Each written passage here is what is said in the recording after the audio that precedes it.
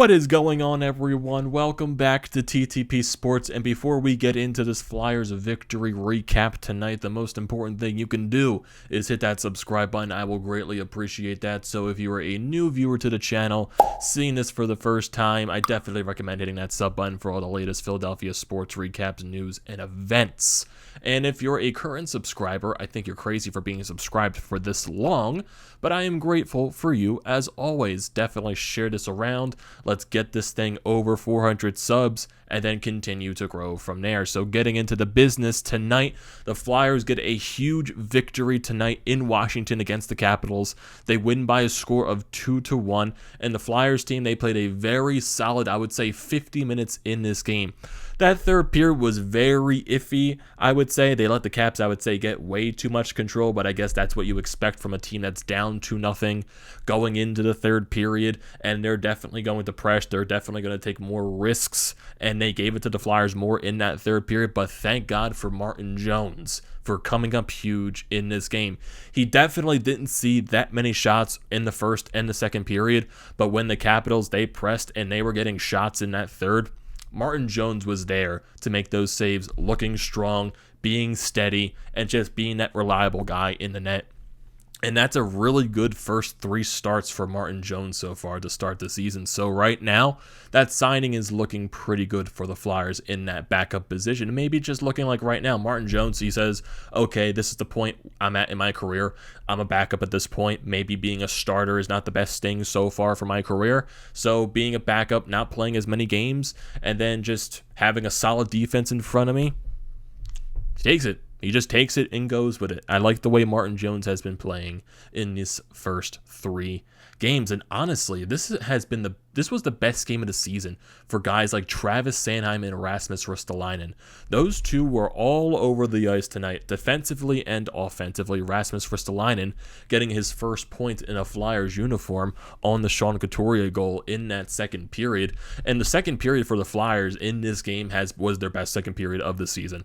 And just from the first and the second period, the Flyers were playing their game. I would say the Capitals maybe got the better of the jump at the start of the game, but then since then it was basically all Flyers at that point. They were getting their forecheck going. They were getting the sticks in the right lanes. They were pressuring the Capitals. They were forcing turnovers against them, keeping it in the offensive zone.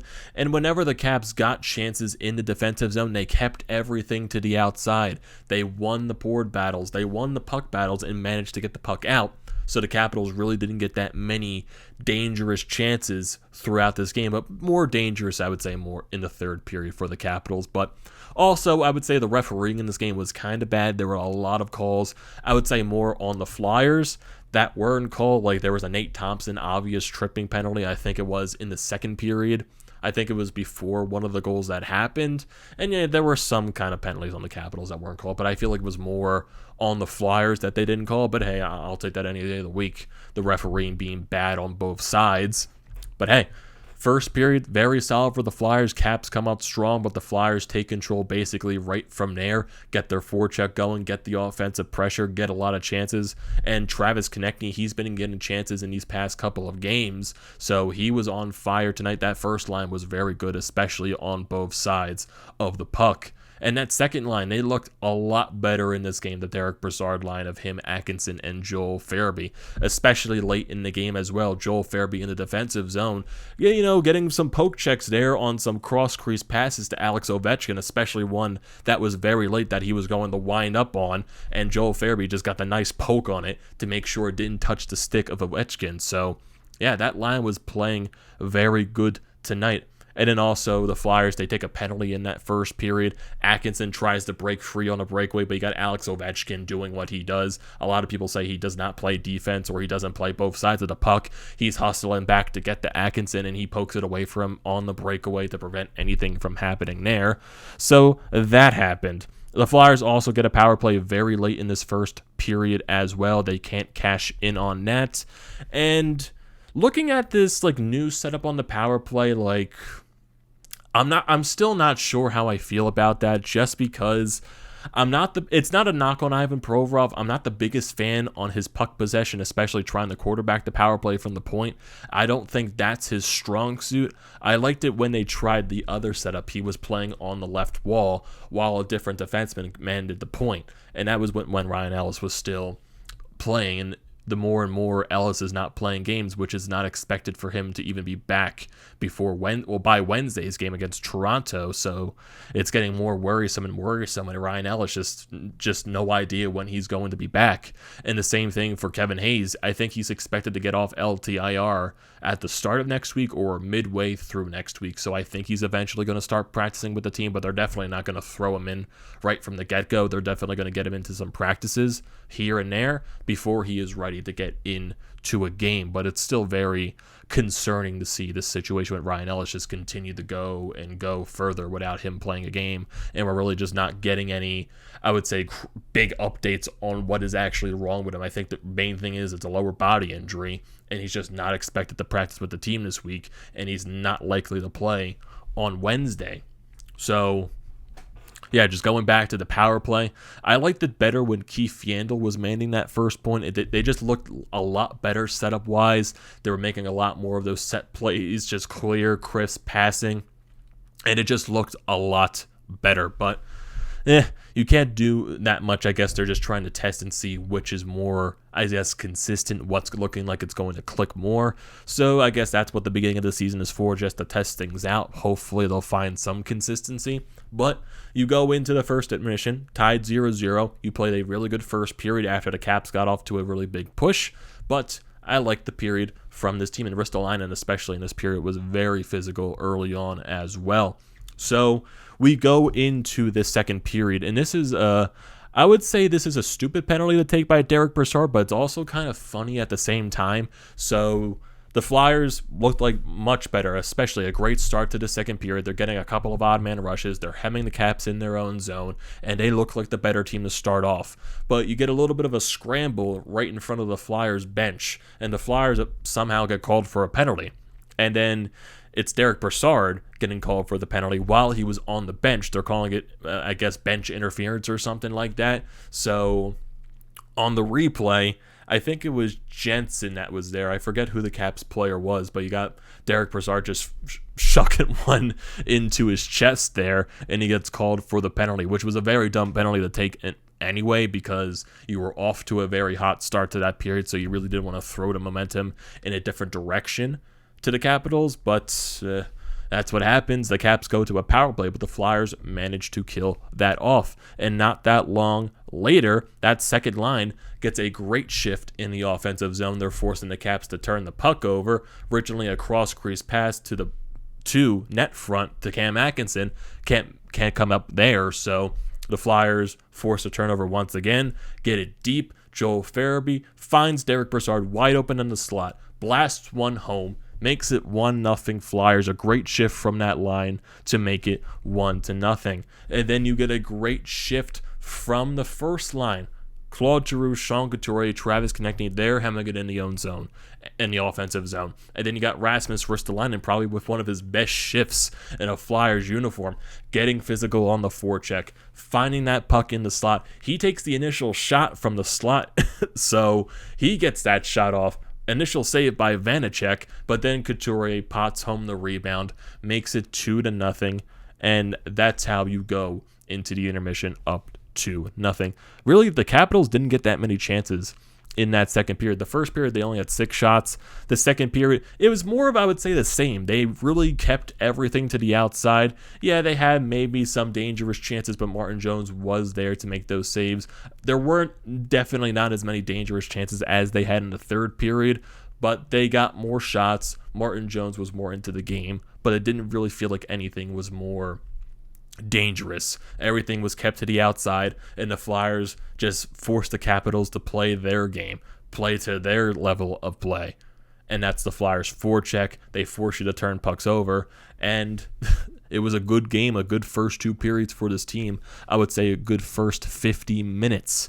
But you go into this third period, and really just, I wouldn't say it's the best start. The Capitals definitely have the jump from the get-go. The Flyers even do get a couple of odd man rushes going the other way, but they can't find a way to cash in. But the Caps going the other way. You got their rush. I think this is their third line or fourth line coming out here at this point, and they get a lucky bounce as Leeson finds a way to bounce the puck off of Patrick Brown and past Martin Jones going into the net, and we're just like, how the hell did that puck go in? It looked like Martin Jones had no idea where that puck was. It was just a lucky bounce for the Capitals, makes it a 2-1 lead for the Flyers, and the Capitals continue to press from there. Yeah, the Flyers get their odd man rushes going the other way as the Caps continue to press, as their defense continues to jump into the play. So you got Claude Giroux, Travis Konechny getting a little bit of an odd man rush, 2-on-1. Konechny can't find a way to bury it. You got the second line, they're getting their chances. They can't find ways to bury it, but the Capitals are definitely the better team in this period as they continue to get chances. They continue to hem the Flyers in their own zone and force Martin Jones to make saves. And thank God Martin Jones was there to stand tall, be big in the net, and make those saves and prevent that puck from going in. But the Flyers, they take a very late power play in this period. The Capitals, they get a little bit of a net mount scramble, and Nick Seeler, he gets called for holding the stick. So the Capitals go to a late power play, and Martin Jones was the best penalty killer for the Flyers in this period, making save after save after save. The Flyers just struggling to get the puck out of the zone, and really, they only got the puck out of the zone thanks to the Capitals' own mistakes of maybe they're winning the face-off and the puck going out, or them just missing a pass and the puck goes all the way down the ice. That's basically how the Flyers were able to clear the zone on that power play. You got Ovi in his office trying to take those one-timers. Martin Jones just stands tall. And really, they weren't able to get Ovi open for those one-timers. The Flyers played the defensively set up really well. Basically, the only chances that Ovechkin got in his office, he had to settle down the puck and try to wrist one on the Martin Jones, but he was there to make those saves all night, which is a good sight. So they kill off that power play. Then you go down to the final 5 minutes. Capitals continue to push. They continue to get their chances. They eventually call timeout with around 2 minutes left. They pull the goaltender. You get the empty net situation. Flyers are actually playing very well in this situation, but they're just icing the puck. They can't get the puck into that empty net. So get a couple of icings in a row. Maybe not winning the face-off, struggling to get the puck out in this situation. And the Caps get their chances, but there was great plays. Like I said earlier in this video, Joel Farabee had a sequence on one of these shifts where he poked one of the passes going to Alex Ovechkin for when he was setting up for a one-timer. So they played, I would say, that setup really well going into those final 2 minutes. And that's how you win a hockey game. You get the puck out in the final couple of minutes, you play some board battles, you waste off the clock, and that's how you win this game by a score of 2-1, and you get 3 out of a possible 4 points on this very short Metropolitan Division road trip. Huge win for this team. So you got shots on goal for this game tied at 32 apiece for both teams. Flyers in the faceoff percentage, they won that 52.9%. The Flyers went over 1 on their only power play of the game, but they killed off all 3 Capitals power plays. I would say not that very physical of a game, only 15 hits to the Capitals 19. So not that physical I was expected, because the Capitals, they play a very physical style of game, so I was very surprised from that standpoint. You got 12 blocks to 20 in favor of the Capitals. Shots and goal during the periods, 12-6 in the first for the Flyers, 14-11 in the second for the Flyers, and then 15-6 for the Capitals in the third period. Your 3 stars of the game: first star, Martin Jones, fantastic game. He stops 31 out of 32 shots. Vitek Vanacek with the second star of the game as well. He was good for the Caps in this game, stopping a lot of Flyers opportunities. And Sean Couturier gets the third star in this game for the Flyers. Claude Giroux gets on the score sheet once again. Cam Atkinson finds his way back onto the score sheet as well. And Justin Braun with another great game. He finds the score sheet with an assist on that Derek Brassard goal. So you get this big win in Washington, and now you have 3 days off until you play your next game at home against the Toronto Maple Leafs next Wednesday, 7:30. Austin Matthews, Mitch Marner, they come into town. They're not the hottest team to start the season, but they've been playing a lot better as of late, but they haven't really been good on the road. So that's something to take advantage of right there, get some home cooking. And then after that, you'll have a 2-game back-to-back road trip in Carolina and Dallas. That's a very, very weird back-to-back. So, get 3 points out of this this 2-game stretch, 3 out of a possible 4 points. And just looking early division matchups right now. So looking at the Metropolitan Division, the Flyers jump into 3rd place with 14 points. It's actually a 3-way tie between them, the Caps, and the Blue Jackets. So Flyers are 6-2-2 on the season. A very good game. And honestly, I want to look at Martin Jones's stats to start this season if I can go to them. So if I can find the roster, look at the stats so far, or if I just look at it right here, it's not going to show me. So let me go to the roster. If this app would load a little bit quicker, go to Martin Jones. Let's look at his stats so far for the Flyers this season.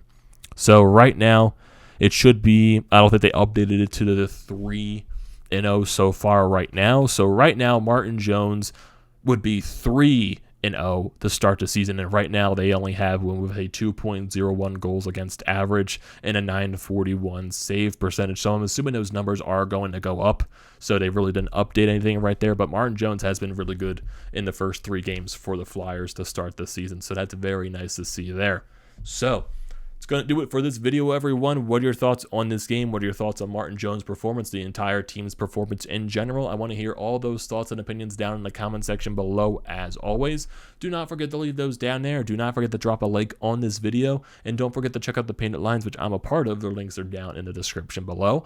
Also, don't forget to check out the links to BrodesMedia, the Fired Up Pod merch website, and also the link to Flyers Nitty Gritty and the Fired Up Pod merchandise website. All that good stuff is down in the description below. Do not forget to check those out. And like I said at the beginning of the video, most important thing you can do is hit that sub button. I'll greatly appreciate that, and I will see you next time.